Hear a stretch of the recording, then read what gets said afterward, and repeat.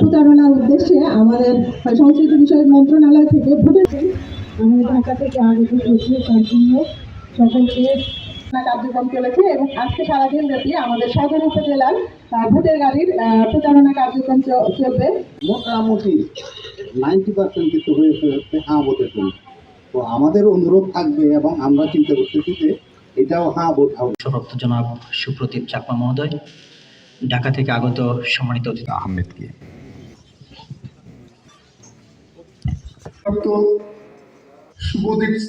সুপ্রদীপ চাকমা আমি সালাম জানাচ্ছি। আসসালামু আলাইকুম।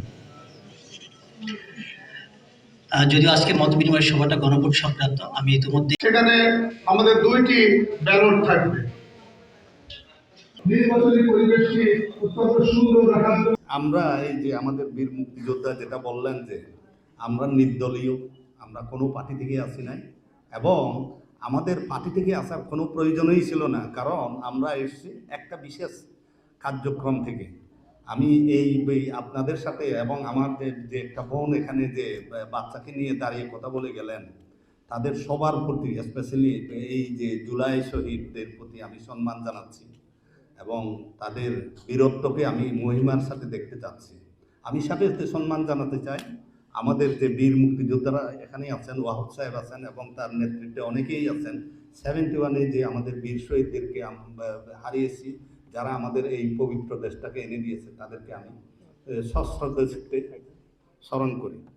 আজকে এখানে যে আগমন আমি যে নির্দেশ পেয়ে এখানে এসেছি, দেখুন আমি কখনো পলিটিক্স করতে পারতাম বলে আমার মনে হয় না, কারণ পলিটিক্স করার জন্য কিছু এজেলিটি দরকার যেগুলি আমার কাছে নাই, পলিটিক্স করার জন্য কিছু বিচক্ষণতা দরকার যেগুলি আমার কাছে নাই।